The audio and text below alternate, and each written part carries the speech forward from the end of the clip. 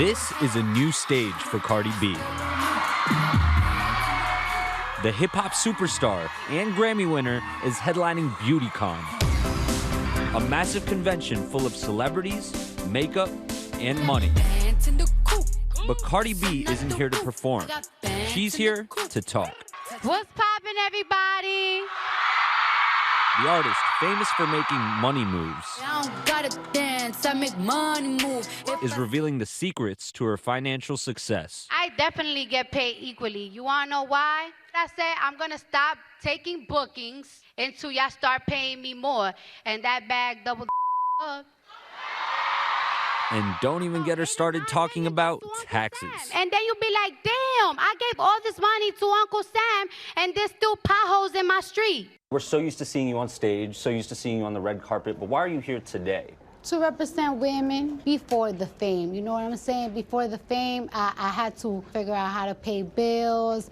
I had to figure out how's gonna be my next meal, just like everybody else. And I just wanna let a couple of people know how I did it, like how I managed, how I budgeted, how I made my dreams come true. The Bronx-born former stripper is now a household name, worth millions of dollars, building an empire out of her music career, with hits like Money.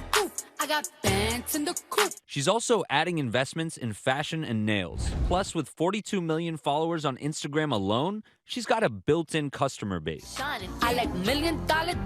Although the I Like It rapper is here this weekend to give advice and guidance, Cardi is clearly chafing at the title role model. Tweeting over the weekend, "People still spit my past right in my face. So for now, I'm gonna be my old self again." Where does that frustration come from, and how do you channel it? It comes from when I first started doing videos. I didn't even think for 1 second what I was gonna say. And nowadays, it's like I gotta watch what I say. I feel like I'm trapped. Like I feel like I'm trapped, like I feel like I'm not being myself. This ain't 2016, 2015, Cardi. Like I changed a lot for you, so I could be a damn role model for your kids, even though you need to be the role model for your kids. Now she's ready to show other women how to capitalize on their personalities and build their own brands. Women like Melissa Butler. I love it. It's just so happy. Melissa quit her career to start a lipstick business out of her kitchen. I was just kind of creating lip colors for me because I couldn't find them.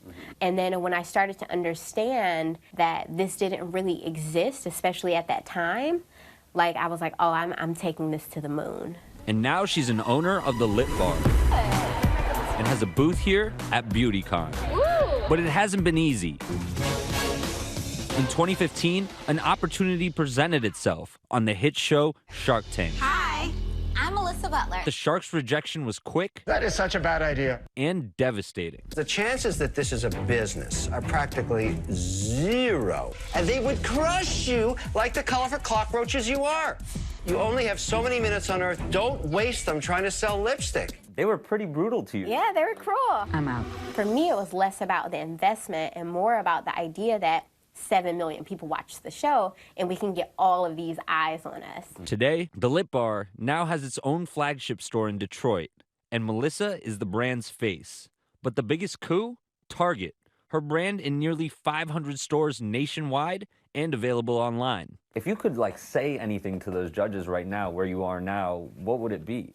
I would thank them. The day the Shark Tank episode aired, we got 35,000 hits to our website, and we got thousands of orders. I would just thank them for giving me the courage that I didn't know I had. The Lip Bar's success also attracted the attention of Beautycon and co-founder Moj Mahdara. We took the 41-year-old CEO out on the convention floor. This is what it looks like when you take a large group of people and you essentially give them a platform to feel good about themselves. Add in some of the biggest social media influencers, celebrities, and now the general public. I actually want to start my own sustainable beauty line, tech beauty line. So I came here for inspiration. Moj made a splash as an industry disruptor, a woman trying to change the standards of beauty. Being Muslim, being gay, being sort of butch, not really wearing makeup, I feel very flattered to be so accepted and to be so celebrated within this community. The mission of Beautycon is more than sales and products. Last year, only about 2% of all venture capital, that's money usually invested in startups, went to women. What's worse, women of color accounted for only 0.02%. Yet, women of color are starting businesses at a much higher rate. For example, Melissa started the Lip Bar back in 2012, but landed her first major investor just last year. I love her. Really, she's a part of like the portfolio of brands that we're the most proud of. This year, part of Moj's strategy to get women talking about business and money is Cardi B. Hundreds of people, mostly women, packed the halls hours ahead of Cardi's panel, including Melissa.